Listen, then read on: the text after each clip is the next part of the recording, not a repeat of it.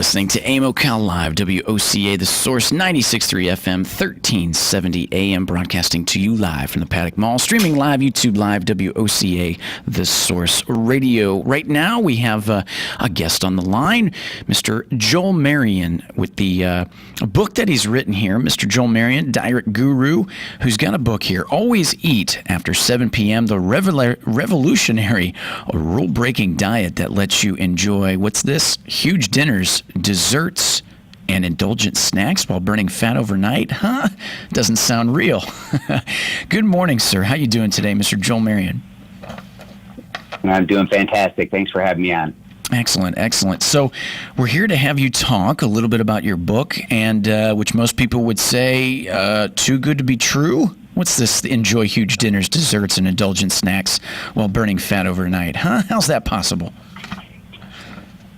Yes, it turns everything about dieting upside down, and everything I was actually taught growing up in this industry through my college education, my personal training certifications, my nutrition certifications, actually taught you things like breakfast is the most important meal of the day, and that we always believe that as the day went on, the metabolism is slowing down, so you should taper off on your calories, especially carbohydrates, and not eat after 6 or 7 p.m. Otherwise, those calories are going to be stored as fat. Well, through my own personal struggle of gaining 46 pounds, building my nutrition company, BioTrust Nutrition, I actually used Always Eat After 7 p.m. And the science behind it to lose 46 pounds of fat. And so I tested the entire philosophy of this book on my own body before I shared it with my clients and friends.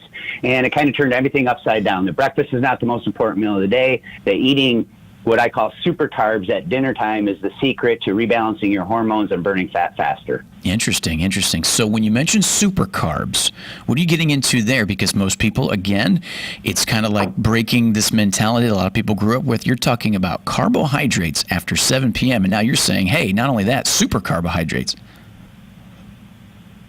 Yeah, I think most people underestimate the hormonal power of carbohydrates, especially as you are over 40 years old, as hormones start declining, because the glucose from carbs are actually building blocks of thyroid and leptin hormones.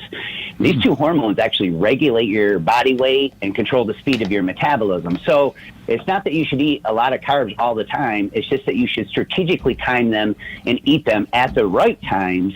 And when you do this, you keep these leptin and thyroid hormones rebalanced. And that is the downfall of most traditional crash diets, is they eliminate entire food groups like carbohydrates, and it ends up causing something called metabolic slowdown, and it suppresses hormones. And that metabolic slowdown is then where everybody starts to, when you start to think about the emotional and the mental game about the dieting, it's pretty much where everybody starts to backslide and they start to get these cravings, and then they start to say, hey, you know what, forget the diet, I'm just going to indulge, and then they kind of revert. But in a way, with what you're talking about here, this is where you get to say, as long as you're strategic, I like that word, how you mentioned it, it's to the idea that you can still do certain things like dinners and desserts and even indulgent snacks, as long as they're strategic and they're done the right time, and of course in certain moderation. That's absolutely correct. And what happens when you eat before bed is most people think you can't eat before bed because these calories are going to be stored as fat. Your metabolism actually increases, and especially if you eat protein, because protein is the most nutrient-dense macronutrient. If you can include a protein source in every meal, it really helps the carbs do their magic. And then eating this protein before bed, and I provide a couple dozen pre-bedtime fat-burning snack recipes inside my book. But by eating this protein before bed, the research shows these late-night eaters actually consume 397 calories less each day.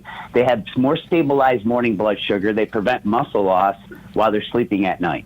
Interesting, interesting. So let me ask you, one of the big trends that I've seen through social media and through a lot of workout programs now, and I wanted to ask you if this kind of ties in a little bit when you mentioned the morning, not necessarily being with breakfast the most important meal of the day.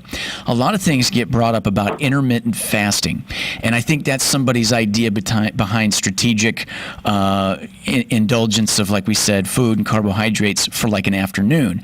A lot more has gone to the idea, kind of like you said, that breakfast isn't necessarily the most important meal of the day. Now, why is that?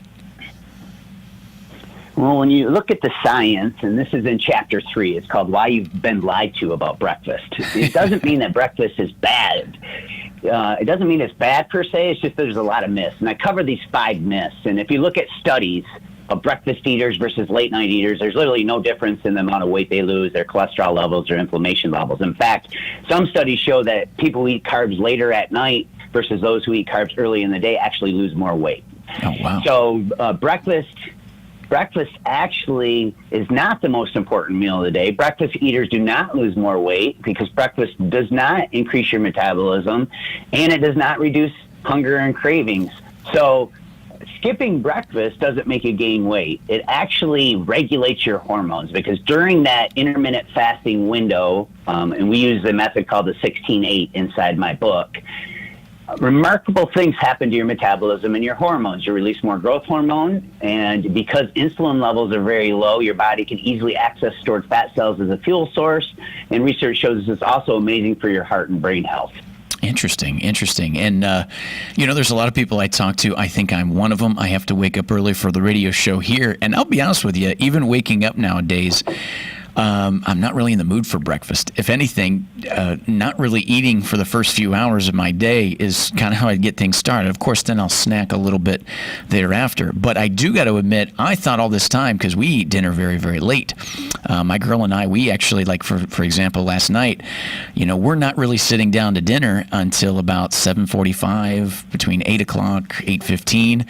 And so what you're telling a lot of folks is that's used to be this idea of like, oh, you're doing it wrong.